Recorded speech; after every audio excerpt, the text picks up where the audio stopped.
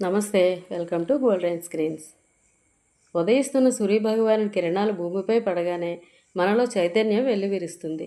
సూర్యుడిని ఆరాధించడం వల్ల తేజస్సు, శారీరక మానసిక ఆరోగ్యాలు కలుగుతాయని భక్తుల విశ్వాసం. మన దేశంలో ఎన్నో ప్రసిద్ధి చెందిన సూర్య దేవాలయాలు ఉన్నాయి.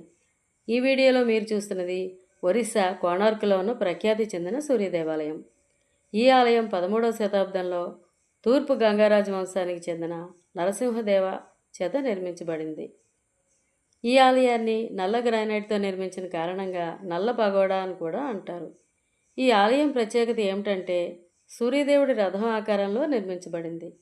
ఈ రథానికి ఉన్న 12 జతల చక్రాలు 12 నెలలను సూచిస్తాయి. ఇంకా 7 గుర్రాలను నిర్మించారు.